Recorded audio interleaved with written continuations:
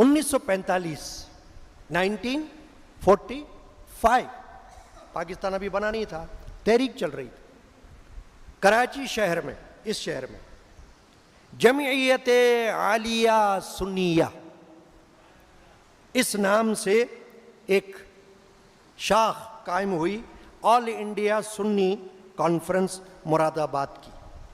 مراد آباد میں آل انڈیا سنی کانفرنس ہوئی تھی، اس کی ایک شاخ یہاں قائم ہوئی اس شہر میں جس میں آپ بیٹھے ہوئے ابھی اس وقت، اور اس کی تشکیل حضرت علامہ مبلغ اسلام الحاج شاہ محمد عبد العلیم صدیقی قادری رحمۃ اللہ علیہ نے کی، مولانا شاہ احمد نورانی کے والد، میرے دادا کے ہم اثر، ٹھیک ہے، اور حضرت مولانا محمد غلام رسول قادری رحمہ جمعیت عالیہ سنیہ کے صدر منتخب ہوئے، میرے دادا کو صدر بنایا گیا، ٹھیک ہے، یہ اس کی روایات پڑھ کر سنا رہا ہوں، چھپا ہوا ہے موجود۔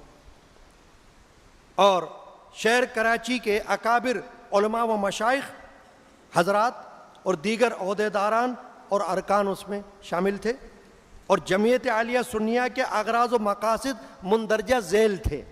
اب دیکھیے اس وقت 1945 میں یہ جو جماعت یہاں بنی کراچی میں، اس کے اغراض و مقاصد کیا تھے؟ ایمز اینڈ آبجیکٹس انگریزی میں کہتے ہیں، ایمز اینڈ آبجیکٹس۔ وہ کیا تھے؟ نمبر 1 مقامی خانقاہی نظام اور اس کی اصلاح۔ خانقاہی نظام جیسے ہمارے ہاں خانقاہ قادریہ علمیہ ہے، جس کو کہتے ہیں دینی اور روحانی تعلیم اور تربیت کا ایک ادارہ، ایک جگہ، ایک سینٹر، ایک مرکز، کہ جو آنے والا ہے اس کی دینی اور روحانی تعلیم تربیت نشو و نما کی جائے۔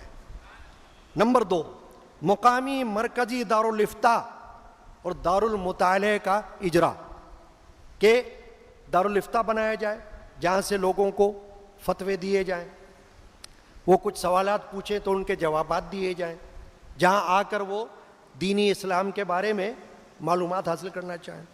نمبر 3 دارالتصنیف کا قیام، کتابیں لکھی جائیں، کتابیں چھاپی جائیں تاکہ لوگ پڑھیں، نوجوان نسل پڑھے۔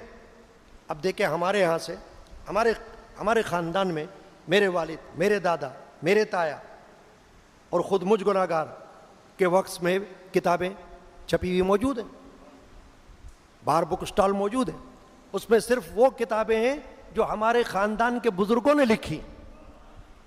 میرے والد ماجد کے نانا صوفی صاحب عبد الغنی رحمۃ اللہ علیہ، اس طریقے سے کتابوں کا اجرا۔ نمبر 4 باہمی اتحاد و تنظیم اور سنی عقائد کی نشر و اشاعت،